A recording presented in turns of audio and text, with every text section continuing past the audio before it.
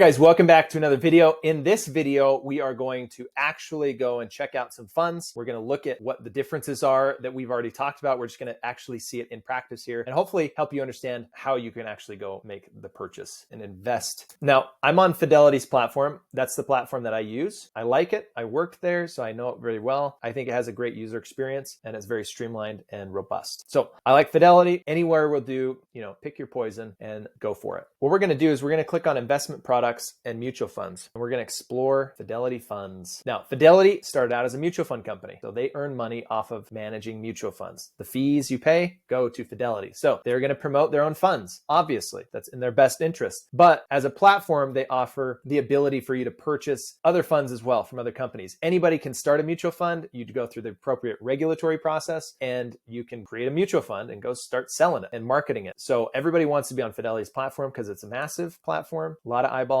So we'll go through a search and we can kind of check that out. But here's where we're going to start. So we have full spectrum of Fidelity funds. First, we're going to look at index funds. Again, these track an index. So there's domestic stock, which is US based stock. So these are companies based in the US. International stock are companies based outside the US, obviously. And then bonds, we already talked about bonds, all the different types, and it goes and breaks it down into all the different types of indexes. So there's a mid-cap growth index fund. So obviously out there is a mid-cap growth index somebody put together, threw in the companies, and this fund just mirrors it. Same with mid-cap value and small-cap growth and so on. So what we're going to do is we're actually going to look at the Fidelity 500 index fund. This mirrors the S&P 500. So let's pull that one up and just take a look. Now, I don't know why my picture disappeared. It just did. We'll get over it. So here, what we're going to do is as we look through, we're going to just point out a few features. Number one, Morningstar snapshot. Morningstar, it rates mutual funds and it's industry-wide. They're the industry leader. You can go onto their website and they have all their research. But here's just a quick snapshot. So 5-star rating, higher than average returns, lower than average expenses, and slightly higher than moderate risk. We look at performance. So here's the year to date. So January 1st to today is -5%, right? Market's been down a little bit this year. The 1-year return, so from today back 12 months is a rolling 12 months, 16% return. The average over the last 3 years, 18%. Average over the last 5 years is 15%. Average over the last 10 years is 14.5%. That gives you a pretty good idea. If we look at these returns of this fund, we can see it compared to the benchmark, which is the S&P 500. Okay, it is basically identical. There's a slight variation, 0.01. Can you guess what that is? That is the fee. So let's look over time. You can look over in any given year and calendar year, and then over the lifetime of the fund. So this fund inception, this fund was created in 1988. This is an old one. And since then, it's returned 11.22% average annual return. Okay, not bad. Slight variation. The S&P 500 has been around longer than that, so it's going back to the life of that. But very little variation because of only the fee. So let's jump back and look at what the fees are. Right here on the left, you can see expense ratio. This is where you see the fee. It's 0.015%. So that is taken on the total amount of money you have invested in the fund. If you have $10,000 in this fund, you take 10,000 times by 0.015%, and you get your annual fee. Okay, and as that grows, the amount you pay grows, obviously. So the performance numbers here are always net of fees. Okay, so this is what you get after your fee. Obviously, this fee is almost zero, and so there's not going to be a whole lot of difference. There's some others that are larger than that, so we'll take a look. If we scroll down here, we're going to see the top 10 holdings, and this mirrors again the S&P 500. Top 10 holdings: Apple, Microsoft, Amazon, Google, Tesla, Google C shares, Facebook or Meta, Nvidia, Berkshire Hathaway, and United Health Group. Now, what you notice here is there are 508 companies in here. So not quite 500, but pretty close. But the top 10 make up 30% of the portfolio. 30% of the performance is driven by these 10 companies. Why? Because they're massive. You can click on more and take a look at all of the companies in there. You can see how they're spread out. You can see this is all domestic, right? These are all these companies. Here has the top 10 holdings again. And what you can do is you can check the prospectus and reports for more information. The fund prospectus is the one that details, it's the regulatory document, details